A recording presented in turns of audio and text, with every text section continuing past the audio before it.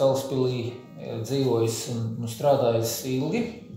Viņš ir nedaudz sekojis līdz laikam, mainījis tās darba vietas, bet viņš ir sācis savu to pamanāmāko dzīves ceļu Salaspilī iepriekšējā Silavas sistēmā pirms neatkarības atjaunošanas, pēc tam ir pārmaiņu laikos strādājis Latvijas universitātē, pēc tam Bioloģijas institūtā, kurš kādreiz bija botāniskā dārza tajā pusē, ja mums iepretīm, un kopš apmēram 14. gada šī gadsimta Māris ir mūsu institūta vadošais pētnieks mežkopības meža ekoloģijas virzienā, kurš ir radījis gan jaunus iestrādnes šajā virzienā, gan arī veicinājis mūsu jau pētnieku, jauno zinātnieku klātbūtni institūtā, un visu šo darbu kopumā mēs vērtējam ļoti augstu, un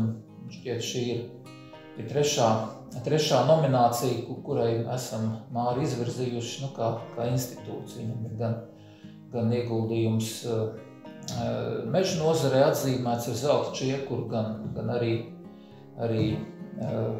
izcilākā meža zinātnieka Kaspara Buša balva caur Zinātņu akadēmiju, gan arī šis tad būtu tas veltījums Salaspilī. Es gribētu jūs iepazīstināt ar to, ko es esmu pa šiem 50 gadiem faktiski sastrādājis. Un te ir, gribu parādīt tā, ka mēs atnācām uz Silavu, faktiski abi divi ar sievu strādāt, tad mēs sākam strādāt dabas rezervātos. Un galvenais, kuru mēs strādājam, tas pamatobjekts mums bija Moricas rezervāts. Un tad, kā tā darba rezultāts mums radās, vai mēs uzrakstījām faktiski šīs te grāmatas, te tās arī ir redzamas. Viņas ir krievu valodā, tā kā daudziem vairs mūsdienās pat nav saprotams, sevišķi jaunajiem cilvēkiem, kuri vispār krieviski nelasa. Tad nākošais, tāds tīri faktiski taustams un paliekams, ir tas, ka tad, kad es aizstāvēju habilitēto disertāciju, tad arī es sāku organizēt un sāku kārtot visas izdošanas lietas un tā tālāk, meklēt naudu un tā. Un tad katru gadu tika izdots viens šis te Latvijas veģetācijas tāds numurs. Man bija tā doma tāda, ka tur, protams, iesaistīt gan no tādiem tiem vadošiem pētniekiem, kas pēta augu valsti un tā tālāk. Faktiski tas bija rakstu krājums. Katrā no šīm te sējumiem ir kādi 5, 6, 7, 8 raksti, vai arī disertācijas, kuras netika nopublicētas nekur tādos lielākos izdevumos un tā tālāk, bet es uzskatīju, ka tas ir ļoti svarīgi, ka viņas atrod vietu, kaut vai tādā mazākā, bet, izdevumā, kuru var vairāk izplatīt, kurš pieejams lielākām, teiksim, pētnieku aprindām un tā tālāk.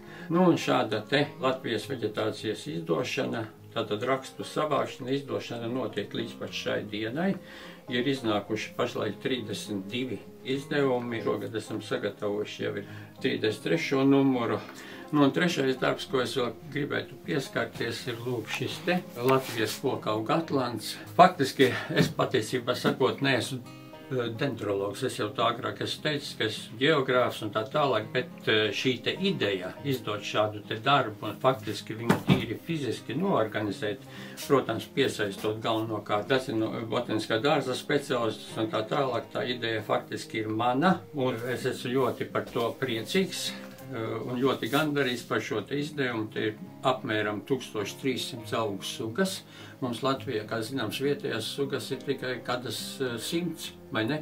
Tās, kuras ir ienākušas dabiskā ceļā, kad atkāpās ledājas un tā tālāk, kad pakāpeniski veidojas tā dabas vide līdz mūsdienām, kuras ienākušas bez cilvēka līdzdalības, bet vairāk kā 1000 sugas ir ievestas botaniskos dārzos, parkos stādītas un tā tālāk un tā tālāk. Un tas viss šeit ir iekšā savākts. Un tas ir, te ir dažādas kartes, un te arī mūsu vietējās sugas, piemēram, un tā tālāk.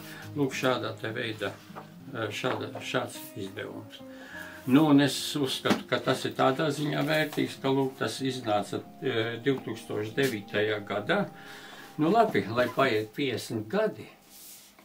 50 gadi, teiksim, nu, kaut vai arī 100 gadi, lai paiet, un tā tālāk. Un tad, lūk, dabas pētnieki varēs redzēt, aha, teiksim, kaut kāda tur bārbeļu suga vai kaut kāda klinteņu suga un tā tālāk. 21. gadsimta sākumā ir bijusi, teiksim, tikai 5 vietās, un tagad jau viņa ir vairāk kā 100 šādos kvadrātos. Tātad, lūk, mēs uzreiz varam salīdzināt, kā ir notikušas floras izmaiņas. Vēl jau vairāk daudzas sugas, kuras, teiksim, parkā ir tikai iestādītas 1-2 kociņi, vai ne? Pēc tam viņiem šī te mūsu tā vide ir labvēlīga, viņas sāk ražot sēklas putni un citi dzīvnieki vai arī pat cilvēks iznēs ārpus šīm te mākslīgajām augtenēm, viņas pāriet mežā un, lūk, veido jau mūsu, tā var teikt, jau tādu vietējo sugu kompozīciju. Nu, šis ir, lūk, tāds tīri taustams rezultāts, ko es gribēju vienkārši parādīt vai pateikt.